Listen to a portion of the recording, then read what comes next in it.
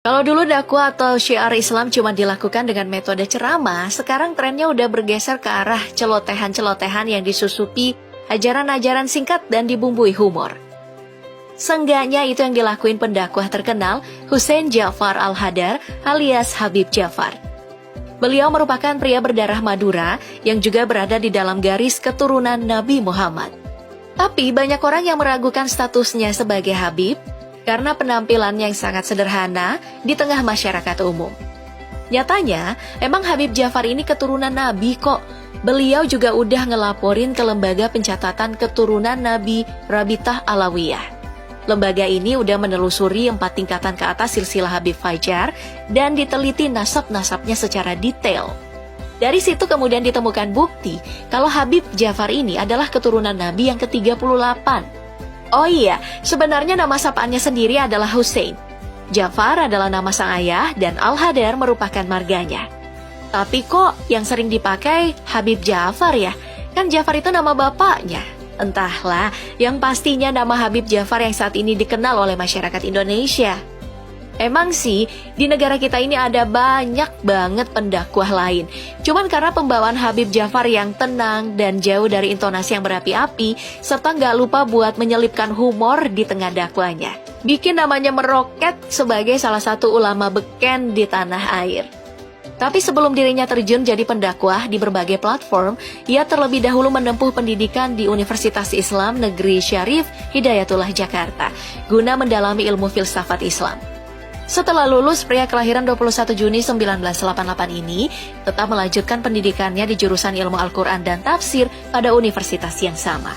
Dari bekal itu, beliau akhirnya menyalurkan minat menulisnya di beberapa media seperti Kompas, Tempo, dan Jawa Pos. Gak cuma itu aja, pria asal Jawa Timur ini juga udah merilis beberapa buku bertema Islam.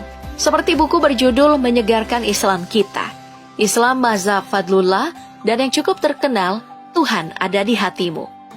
Selain itu, dirinya sempat mengisi konten acara dakwah bulan Ramadan yang kemudian ia akhirnya berkolaborasi dengan Tretan Muslim dan Coki Pardede di konten YouTube Majelis Lucu Indonesia alias MLI.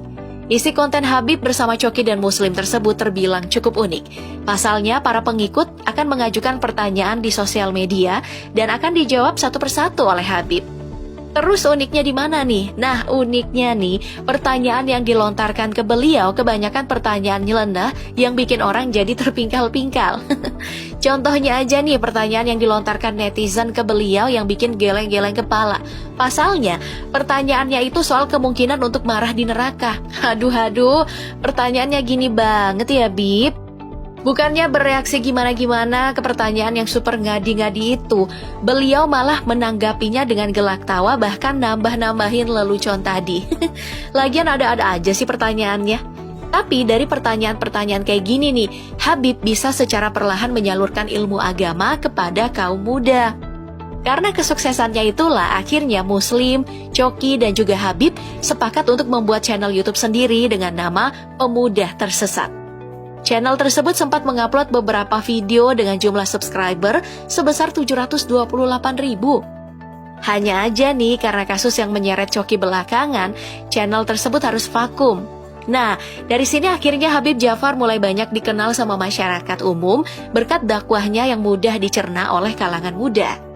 Walaupun vakum dari channel yang membesarkan dirinya, tapi beliau ini tetap sering mengisi di berbagai tempat. Bahkan dirinya sempat berdiskusi tentang agama ke artis non-muslim di channel YouTube milik Onat, X Killing Me Inside, yang bernama The Leonardos.